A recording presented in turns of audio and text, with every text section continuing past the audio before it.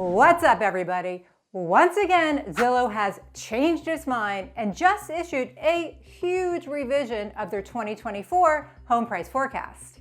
And if you think they changed it to home prices going down even more than their previous forecast, which called for U.S. home prices to fall 0.1% between October of 2023 and October of 2024, you would be wrong. Now, I know a lot of you think that Zillow is for the birds, as they are rarely correct in their forecasting. Or one could say they are always correct because they revise it again and again and again whenever new data comes out. Regardless of their track record, let's just see what they're saying now and why they changed their mind. Again. We'll also take a look at Corelogic's home price forecast for 2024 and see which states they think are at the most risk for home price declines. So let's dive right in. Zillow says its latest revision is due to external factors, including the decline in mortgage rates and an improved inflation outlook from the Fed Reserve. They are now forecasting that U.S. home prices will rise this year, with an increase of 3.5% between December of 2023 and December of 2024. If that prediction comes true, it would seem like the increase in home prices in 2024 will be very similar to that of 2023, which was 3.2% nationally. This is a huge turnabout from just a couple months ago. So what made them change their mind? It's true that mortgage rates have come down a little bit since November. According to Zillow's senior economist, Nicole Bichaud, monthly payments on a new mortgage for a typical home are now $1,790, which is $413 cheaper than it was back in October of 2023. With lower rates, more people will be able to afford a home, which could bring those hesitant buyers back into the market and off the sidelines. This unlocks some more buyers to be able to shop for a home if rates stay lower this spring, which will increase competition, Bichaud says. An improved inflation outlook could mean mortgage rates staying off their peaks and floating down a small degree, which would also bring both buyers and sellers back to the market, putting some upward pressure on home prices. Corelogic also believes that home prices will increase on a year-over-year basis by 2.5% between November of 2023 and November of 2024. Home price appreciation continued to push forward last November, despite the new highs in mortgage rates seen over the year. This continued strength remains remarkable amid the nation's affordability crunch, but speaks to the pent-up demand that is driving home prices higher. Markets where the prolonged inventory shortage has been exacerbated by the lack of new homes for sale recorded notable price gains over the course of 2023, said Dr. Selma Hepp, chief economist for Corelogic. And Redfin reported a 5.1% median U.S. home sale price increase year over year in their latest housing market update report for the 4 weeks ending January 21st. The biggest increase since October of 2022. The asking price also rose 6.5%, also the biggest increase in more than a year. However, if you look back at Redfin's 2024 housing market predictions from December of 2023, they forecasted that home prices would fall 1% year over year in the second and third quarters of 2024, which would mark the first time prices have declined since 2012, when the housing market was recovering from the Great Recession, with the exception of a brief period in the first half of 2023. There is much uncertainty, said Daryl Fairweather, Redfin's chief economist. Although I think a price decline is more likely than a price increase is still possible. According to the Corelogic Market Risk Indicator, the top markets at risk of home price decline in the next 12 months with a 70% chance probability or more are Palm Bay, Melbourne, Titusville, Florida, West Palm Beach, Boca Raton, Delray Beach, Florida, Tampa, St. Petersburg, Clearwater, Florida, Deltona, Daytona Beach, Ormond Beach, Florida, and Atlanta, Sandy Springs, Roswell, Georgia. Florida, Corelogic is coming for you. The states with the highest home price increases year over year, according to Corelogic, are Rhode Island, up 11.6%, Connecticut, up 10.6%, and New Jersey, up 10.5%. But back to Zillow. It seems like they're just resorting back to the normal home price appreciation, which is usually between 4 and 5%. In fact, according to the Case-Shiller National Home Price Index, the historical annual average national appreciation rates since 1987 through July of 2023 was 4.8%. This includes an all-time high of 19.1% in July of 2021 and a record low of 10.5% in November of 2008. Since 2020, the housing market experienced far wider ranges of home price growth and declines, Zillow's Bashode says. By moving to an expected 3.7% in the year ahead, appreciation is more in line with the market's historical norms. She defines historical norms as between 3 and 5%. It kind of sounds like Zillow has given up doing the hard research it takes to give an accurate home price forecast and instead playing it safe.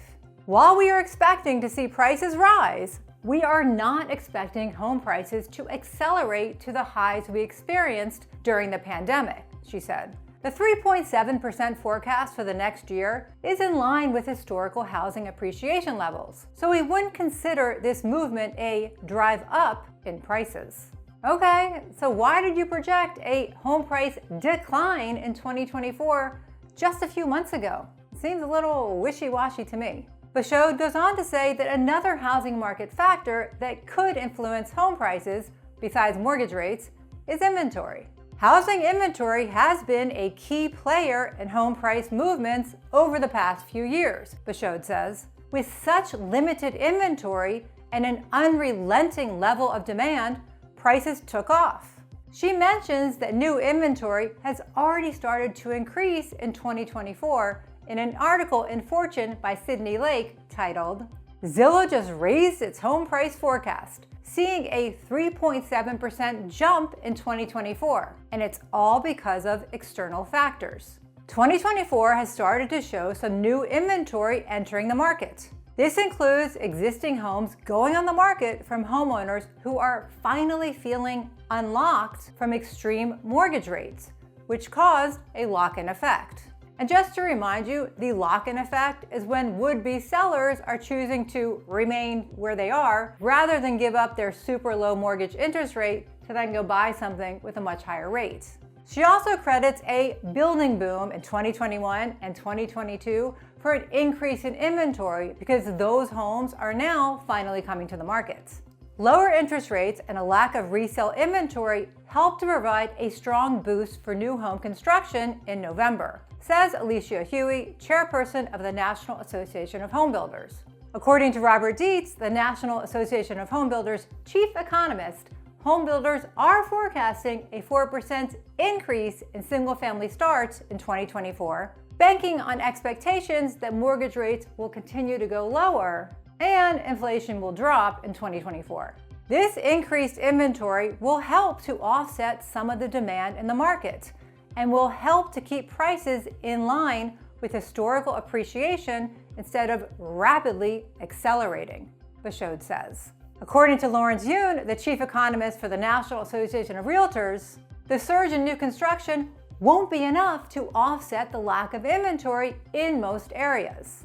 Even more home building will be needed with the housing shortage persisting in most markets, he said. Home price appreciation can only moderate from drastically improved supply. Another 30% rise in home construction can easily be absorbed in the marketplace, Yoon says.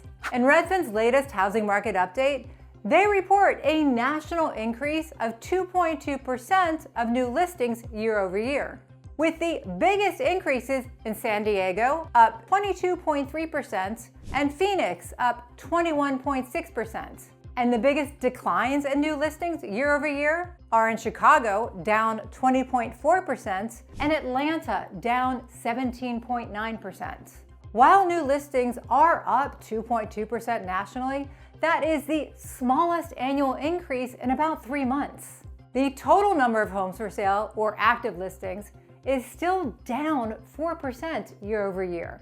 Zillow's forecast of existing home sales now calls for 4.09 million existing home sales in 2024, which is about the same as it was for 2023. Pending home sales are down 8.2% year over year, the biggest decline in about 4 months.